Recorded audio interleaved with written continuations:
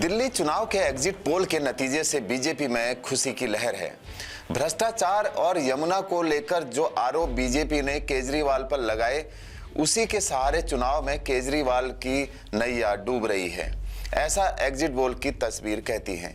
लेकिन ये नौका डुबोई किसने और क्या कहते हैं एग्जिट पोल, बताएंगे सब कुछ इस वीडियो में। नमस्कार, मेरा नाम है विनोद जोशी, आप मुझे देख रहे हैं प्रतिपक्ष संवाद पर। आम आदमी पार्टी नेताओं के चेहरे पर मायूसी की लकीरें साफ नजर आ रही हैं।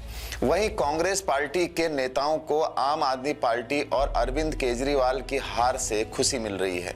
एग्जिट पोल के नतीजे आने के बाद बीजेपी और कांग्रेस एक दूसरे पर आरोप प्रत्यारोप कर रहे हैं।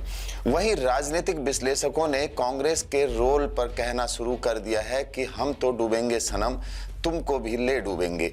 वहीं आम आदमी पार्टी भी अब खुलकर कांग्रेस पर निशाना साधने लगी है। वह बात अलग है कि आप नेता लगातार बोल रहे हैं कि एग्जिट पोल के नतीजे भले ही खिलाफ आते रहे हैं, लेकिन उसके बाद भी हम जीतेंगे। आपकी हार का ठीकरा क्यों कांग्रेस पर फोड़ा जा रहा है, ये बताने से पहले हम एग्जिट पोल के बारे में बताते हैं। अधिकतर एग्जिट पोल की तस्वीर बीजेपी का बनवास खत्म होता दिखाई दे रहा है, यानी बीजेपी 27 साल बाद दिल्ली की सत्ता पर काबिज हो सकती है।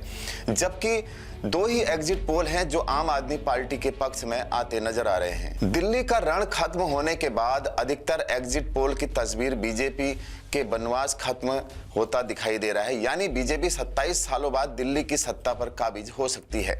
जबकि दो ही एग्जिट पोल हैं जो आम आदमी पार्टी के पक्ष में आते नजर आ रहे हैं। लेकिन कौन कितने आंकड़े से इस एग्जिट पोल में आगे है, इसको लेकर तमाम राजनीतिक पार्टियों का क्या कहना है, बताते हैं हम आपको इस वीडियो में। सबसे पहले एक एक कर आपको उन एग्जिट पोल्स के बारे में बताते हैं जिसमें आम आदमी पार्टी की सरकार बनती हुई दिख रही है। बीपरी साइड एग्जिट पोल के मुताबिक आम आदमी पार्टी को 46 से 52 सीटें मिल सकती हैं, बीजेपी को 18 से 23 सीटें मिल सकती हैं, वहीं कांग्रेस के खाते में 1 सीट आ सकती है। माइंड ब्रिक के एग्जिट पोल के नतीजों में आम आदमी पार्टी को 44 से 49 और बीजेपी को 21 से 25 सीटें और कांग्रेस के खाते में 1 सीट आने की संभावना जताई जा रही है। सिर्फ यही 2 पोल हैं जहां बीजेपी को झटका लग रहा है। हालांकि पोल ऑफ पोल्स में भाजपा को 39, आप को 30 और कांग्रेस को 1-1 सीट मिलती नजर आ रही है। पोल डायरी के एग्जिट पोल नतीजों में बीजेपी को 42 से 50 और आम आदमी पार्टी को 18 से 25 और कांग्रेस को 2 सीटें मिलने का अनुमान जताया जा रहा है। पीपुल्स पल्स का एग्जिट पोल बीजेपी को 51 से 60 सीटें दे रहा है, तो आम आदमी पार्टी को 10 से 19 सीटें और कांग्रेस के खाते में 0 सीट आ रही है। मैट्रिक्स का एग्जिट पोल बीजेपी को 42 से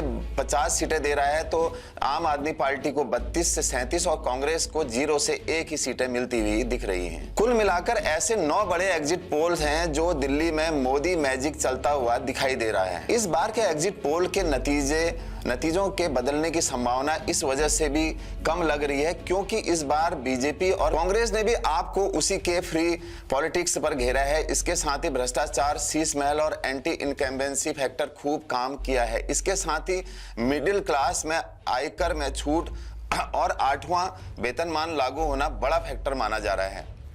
बची खुची कसर कांग्रेस पार्टी ने दमदार तरीके से चुनाव लड़कर पूरी कर दी। कांग्रेस पार्टी के नेता राहुल गांधी ने इस चुनाव में केजरीवाल पर जमकर हमला बोला है।